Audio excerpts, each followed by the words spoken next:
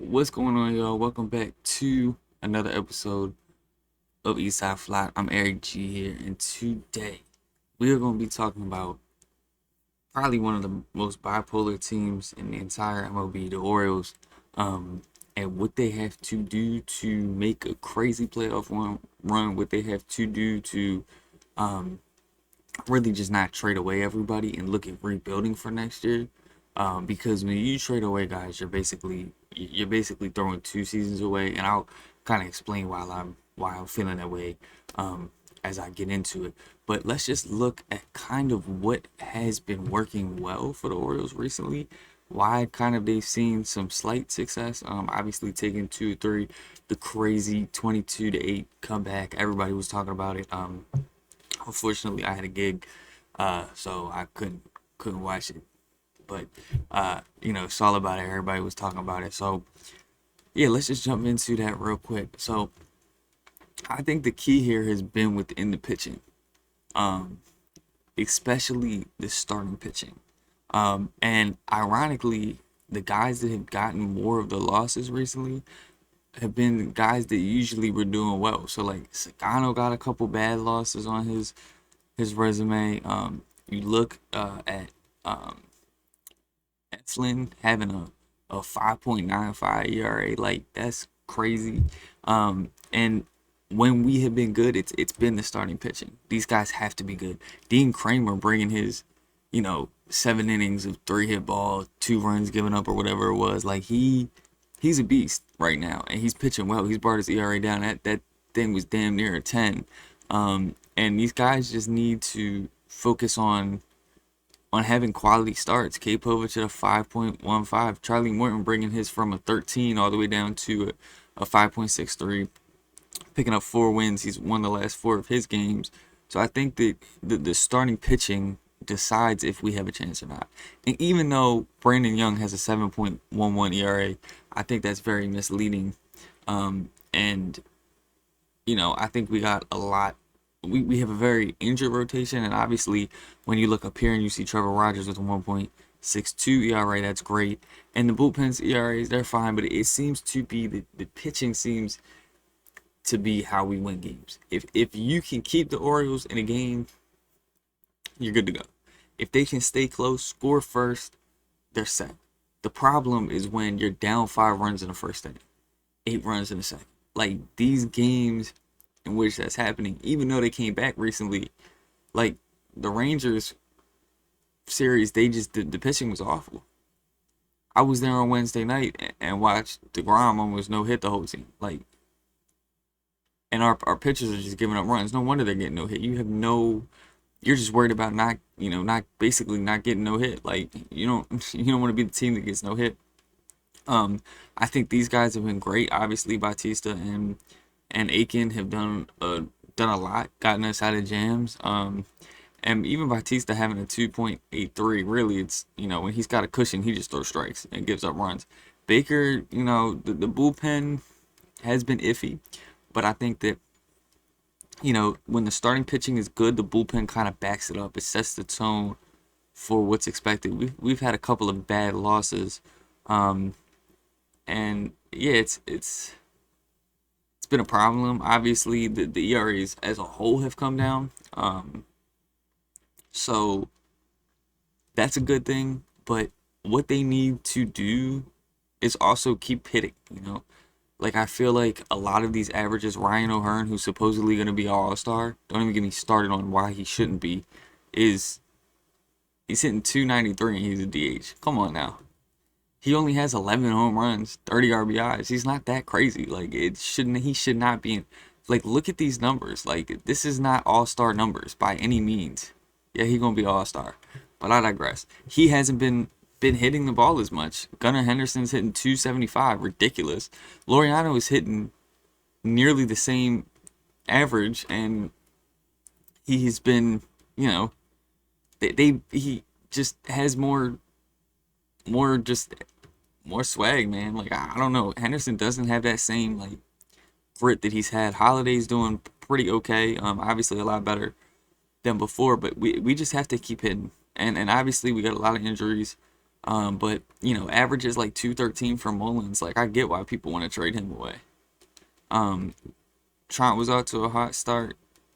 He's completely cooled off. I mean, Hanley's hasn't isn't even hitting 100. Like, and obviously we need a catcher with Hadley hurt, but they need to continue to win series. And this is looking at the schedule. Um, you have to just keep winning series. They play the Rangers tonight. That's the 30th of June. So they play the Rangers tonight. You need to win one. You need to win 2 games here. You cannot have the same thing happen. You need to continuously. You don't need a 10-game winning streak right now. But you need to win every series. Realistically, that's the path. A lot of people are saying, "Oh, well, if we just sweep the Rangers, sweep the Braves, we're right back in it." And theoretically, yes, but the chance of that happening is very slim. You need to continue to win series. You need to win more games than you lose because you've been losing more games than you win. So you have to flip the script. It sounds stupid, but I feel like people are just, and on the other hand, I'm seeing a lot of negativity. It's like if all hope is completely lost, they're 7 games out. We're talking 7 games, and realistically, to not trade everybody away, you just need to be 3 games out of the wild card by the first. So you're or by the third, I believe, is when the trade deadline is somewhere around there. But you need to take 2 or 3 from the Rangers. You play the Braves next. You need to take 2 of 3, and these are good teams. Then you play the Mets at home. These are going to be pretty packed games. Probably with a lot of opposing fans. Because Birdland is not showing out. I'm sorry, we're not showing out. I get it. It's been bad weather, but there's been some real nice days where I've been disappointed. Um, but we gotta show out. This whole homestand right here is gonna be huge. You need to take 2 from the Mets and 2 from the Marlins going into the All-Star break, and you'll be right back in the mix. And then obviously you have to play a really good Tampa Bay team, really good Guardians team. You get a kind of a soft layup with the Rockies, and then you get the Blue Jays, and pretty much that's it. Like looking forward, I'm pretty sure the trade deadline is maybe that Monday, the 4th. So like, you know, you got to keep winning series, and it doesn't get easier from there, um, at all. Your August is pretty difficult, and then going into you got to play the Padres and the Dodgers and the Pirates, and obviously you get a layup after, but it's if you want to be a playoff team, if you want to be in the mix, I'm not saying they're gonna make the playoffs, but if you want to be in the mix and not trade everybody away, it's kind of what you have to do. You just have to keep winning series. We don't need a 35-game win streak. You know, it's all about how can I, what can I do to, win series. And I think that they've been focused on winning games, and they need to be focused on winning series. And we'll see how it plays out. But I think there's a lot of negativity talking about, we're completely out of it, when in reality, yeah, it's very unlikely that you make the playoffs. But to be making crazy claims of we're gonna trade everybody away might not be great. I understand why people don't want that. Trading away is very iffy. Like on one hand, you have you're getting prospects, you're getting maybe some pitchers and guys that are good in the league, but on the other hand, like you're really you're giving up your good players. You're giving up people that have made you pretty decent right now. So it's that give and take of like, yeah, the team needs to improve. There needs to be changes, but you need to keep the people that are good. You need to keep guys like Ryan O'Hearn that have been kind of hitting the ball. I mean, he's the best hitter on the team, and he's not even an all-star, but you need to keep these guys so that then when the off season comes, you can really dig in, get some bigger bigger fish in the market, man. Like they need to go out and shop. They can't be doing this. We rely on a farm system because the farm system has failed us in a way. Gunnar Henderson is not a star. Adley Rutschman is not a star. These guys are not star players. They're beloved in Baltimore, but y'all are not star players.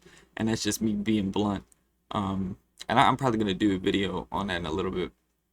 Um, yeah. So I mean, it's not impossible. I'm hoping I'm gonna be a fan. I'm gonna be watching. I'm going to a couple more games. So yeah, I mean it's been a disappointing season, but they can still kind of salvage it without getting rid of everybody, in a sense. So we'll see how it all works. Comment down below if you agree with me, if you think this is outrageous, if you think I'm completely wrong and they should just get rid of everybody.